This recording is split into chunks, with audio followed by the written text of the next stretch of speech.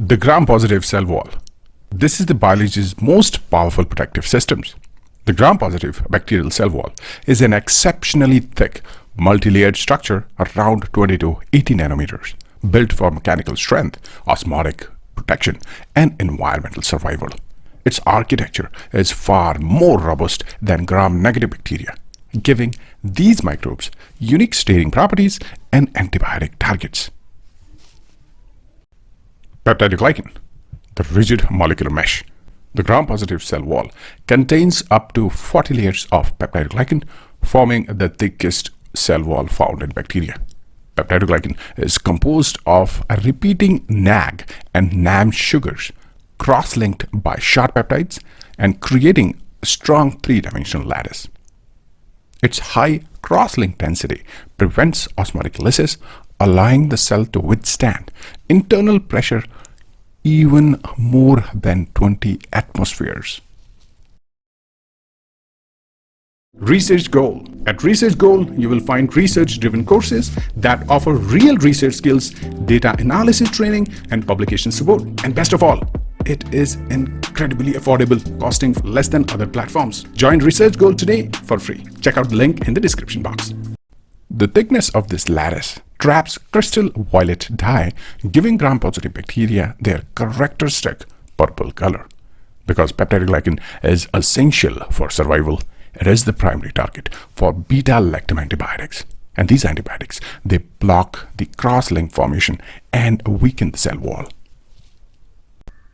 Teichoic acids, structural stabilizers, and charge modulators. Teichoic acids are anionic polymers. They are covalently attached to the peptidoglycan layer, forming up to 50% of the cell wall's dry weight. Their strong negative charge regulates the movement of cations, such as magnesium, and contribute to ionic homeostasis. Teichoic acids, they guide autolysins to specific sites, enabling controlled peptidoglycan remodeling during cell growth. They influence cell shape by interacting with enzymes responsible for cell wall synthesis.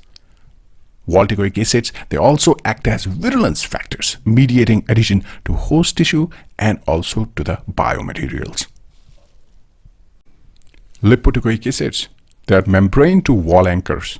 Lipoteichoic acids extend from cytoplasmic membrane through the peptidoglycan layers, anchoring the wall to the membrane.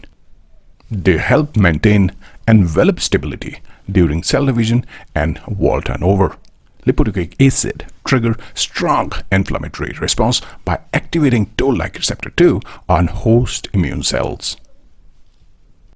Their amphipathic nature allows them to modulate membrane fluidity and charge distribution. Lipoteichoic acids, they are involved in biofilm initiation by mediating cell surface interactions.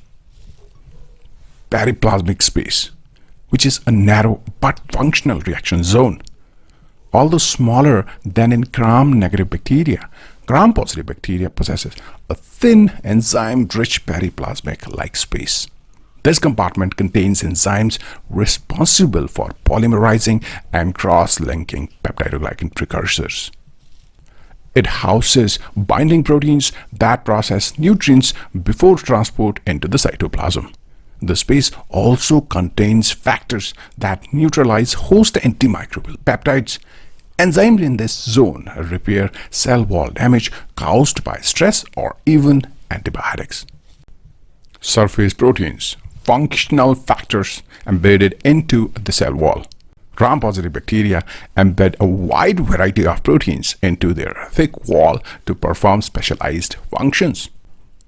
Adhesions allow strong binding to the host tissue, promoting colonization and infection. Nutrient-acquiring enzymes such as proteases and lipases break down large molecules externally. Proteins like Staphylococcus aureus, protein A, bind host antibodies in reverse orientation, blocking phagocytosis. Wall-anchored invasins help bacteria cross host barriers and establish deeper infections. Capsules, a high-level defense barrier. Species like Streptococcus pneumoniae and Bacillus anthracis produce polysaccharide capsules external to the cell wall. These capsules, they prevent immune cells from attaching to the ankle bacteria, allowing prolonged survival in the host tissues. Capsules reduce complement activation, lowering the chance of membrane attack complex formation, as well as they create a hydrated shield that protect against desiccation as well as environmental stress. Capsules, they contribute significantly to pathogenesis as well as making encapsulated strains far more virulent. Thank you so much for watching the video. We'll meet in the next one. Take care, everyone.